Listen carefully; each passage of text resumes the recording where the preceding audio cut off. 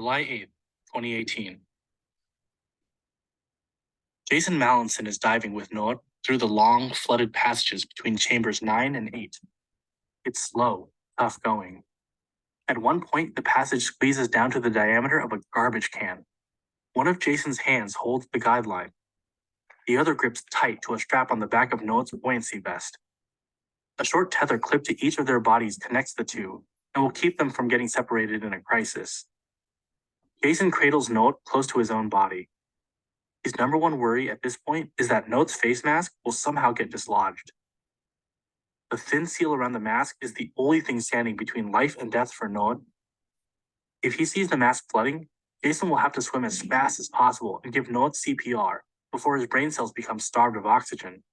As harrowing as that would be, it's better than the alternative, which is that Noah's mask leaks and the boy begins to drown without Jason realizing it. Underwater, the passages are peppered with boulders and stalagmites, none of which Jason can see through the murky swill. He holds Noah tight to his chest, keeping the boy's head near his own face. Rather than risk knocking him against a rock or the cave wall, Jason takes all the knocks with his own helmet. With the boy's head so close to his own, Jason can feel the stream of bubbles coming from the mask. That's exactly the sign he needs right now. It should take 20 minutes to dive through the first sump.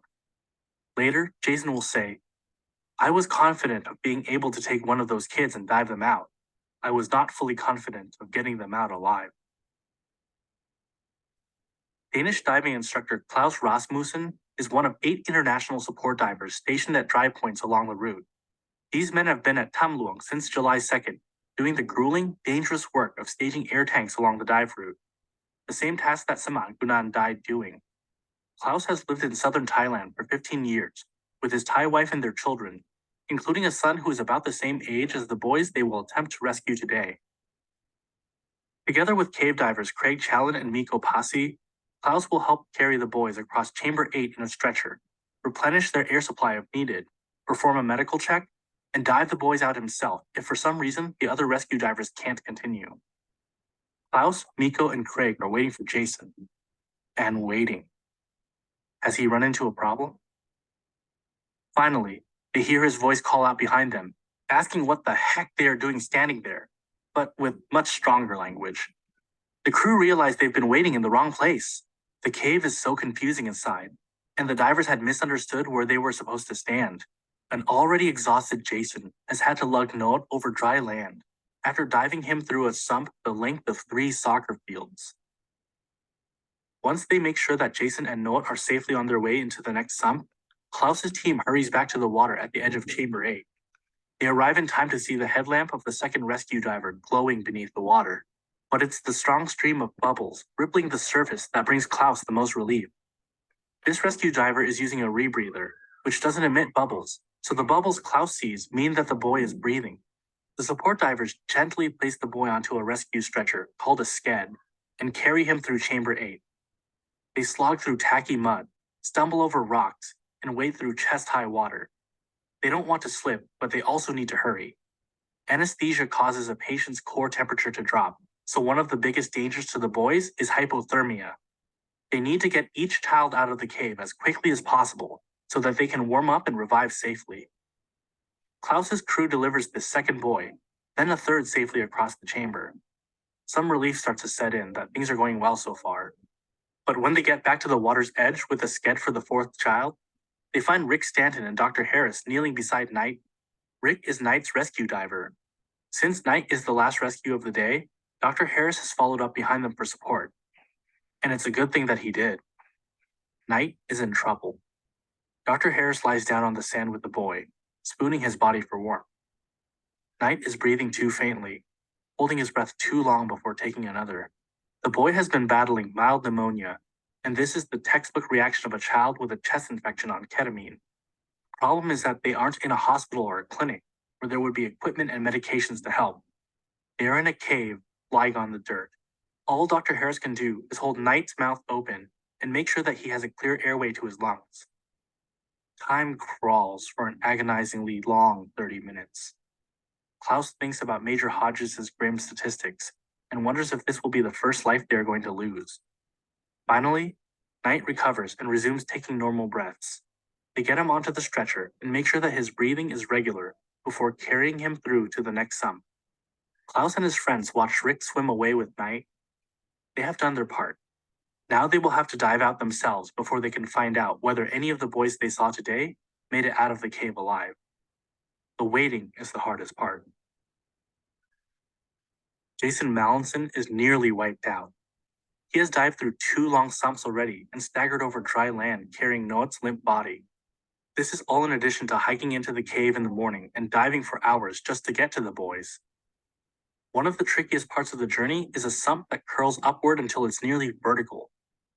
Even though Jason has dived this section before, it's impossible for him to remember where the vertical section is until his head rams into the wall. The passage is too narrow for Noah and him to fit through together at the same time. He tries pushing the boy ahead of him. Noah's body tends to float horizontally, and Jason must be careful not to force off his mask. When that doesn't work, he tries going in first and pulling the boy behind. That doesn't work either. It takes several minutes just to figure out how to tackle this one section. Jason gets through and is now swimming along a section of the cave that is only partially flooded, with air to breathe at the top. Pulling an unconscious boy along at the surface is even harder than diving with him underwater, where he is practically weightless. Jason is neck deep in water when Noah begins to stir out of his unconscious state. It must be time to give him the top-up dose of sedative. Dr. Harris has told the rescue divers that if they're unsure about the dose, they should give the child a bigger injection of sedative rather than a smaller one. The worst disaster would be if the children wake up. Jason pulls the injection kit out of his dry suit. It's awkward trying to float at the surface, hold onto a floppy body, and put together a needle, all at the same time. Extra syringes float in the water around him. He holds onto Note with one hand, fumbling to put the needle and syringe together with the other. Aside from practicing on a water bottle the day before, he has never given a shot in his life. And now he'll have to give it to a child, floating in the water, in the middle of a cave, without a soul in the world to help him. He manages to get the boy's leg up to the surface, jab in the needle, and give him the proper dose. Note slips back into unconsciousness. After gathering up the floating supplies and stuffing them back into his dry suit, Jason gets ready to submerge again. As frightening as this moment has been, he will have to perform 3 more injections along the way. He still has a long way to go.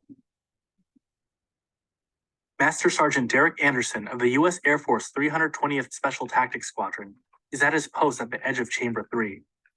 He has his cell phone ready to text his commanding officer, Major Charles Hodges, as soon as there is any sign of one of the rescue divers. Sergeant Anderson checks the time once again before returning to his current fixation, watching a rope.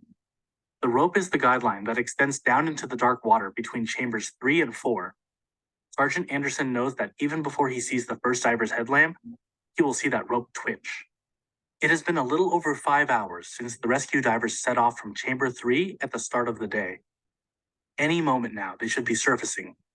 That is, unless there have been problems. Sergeant Anderson checks behind him to make sure that everything is in place for the rest of the extraction. More than 100 rescuers are staged between Chamber 3 and the cave mouth, waiting to ferry the boys safely to the exit, where ambulances are ready to zip them to a helicopter that will take them to the hospital in Chiang Rai. Other than the rescue divers and a few other key members of the rescue team, no one knows the order in which the boys will be brought out. Most of the rescuers standing by have no idea whom they are waiting for. They only know that it will be a miracle if the boy who emerges from the water is still alive. Vern Unsworth stands at his station with all the others. He has supported this dive rescue from the beginning. What if today goes horribly wrong? There is nothing he can do now but wait to see if the cave that is like a second home to him will finally release the boys it has held captive for more than 2 weeks. Time clicks by slowly. Every rescuer checks and rechecks their gear. And then suddenly, everyone's attention is on the water at the edge of Chamber 3. The rope is twitching.